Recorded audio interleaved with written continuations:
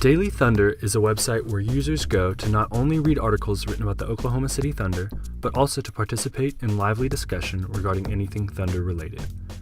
Royce Young, the owner, operator, and editor of the website, created this space in 2008 in order to provide an outlet for Thunder fans to follow their favorite team and be a part of conversations with like-minded people. While Royce was the original generator of content for this space, there are now multiple writers for Daily Thunder, including John Hamm, Andrew Schlecht, and John Napier. Users also have the opportunity to be generators of content as they can participate in discussion in the comments section of each article. Spanning the entire website, there are many portals to content. These can be seen in tabs at the top of the page, which lead readers to anything from additional Thunder-related content to information about the website, how to contact writers, and guidelines for participating in the discussion found in the comments. Another example of portals in this space are the individual articles, where users can read Thunder-related content as well as participate in the discussion below. Here, a user can observe as other users generate content for the site and distribute knowledge between participants.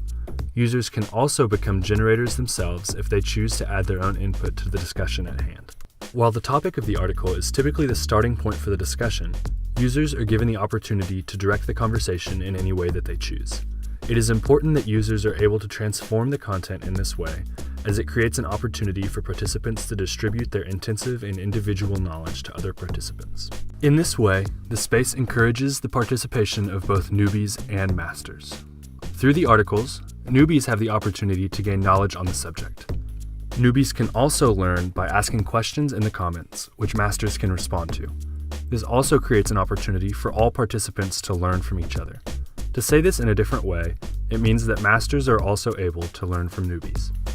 In the comments, information is organized and users are validated through an upvoting and downvoting system, which is also used on many other internet sites. In this system, if someone thinks a comment is valuable, they upvote it, pushing it close to the top of the thread. If it's downvoted, it'll go lower in the thread.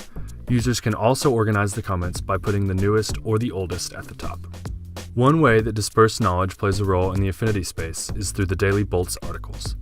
The Daily Bolts are posted every weekday morning, and they contain links to the stories from other news outlets that Royce thinks will be of interest to the readers of Daily Thunder.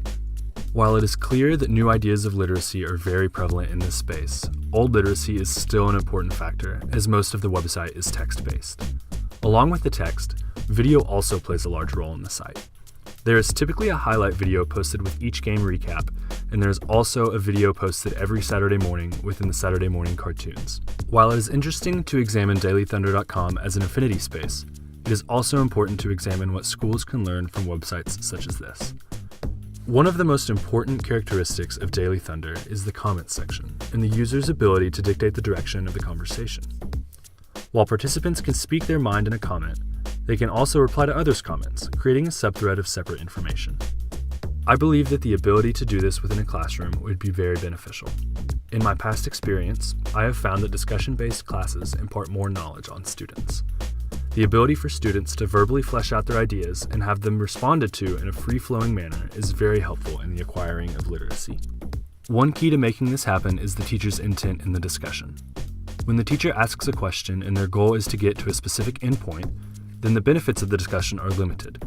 By placing an end goal in the discussion, teachers are likely to steer the discussions toward their end goal rather than letting the students dictate the path of the conversation. In doing this, teachers are not allowing the role of leader to be porous, which can also hamper the discussion. If the conversation is allowed to be free-flowing and go in the direction of the student's choosing, then it is possible that a student will be able to distribute and disperse knowledge that no one in the discussion, including the teacher, previously had. In this way, it is productive for discussion to be free-flowing and not be forced into a specific direction. One last way that classrooms can learn from Daily Thunder is by bringing in dispersed knowledge on the topic of interest each day. When Daily Thunder does their Daily Bolts, they distribute knowledge to the users that the users might not regularly be exposed to.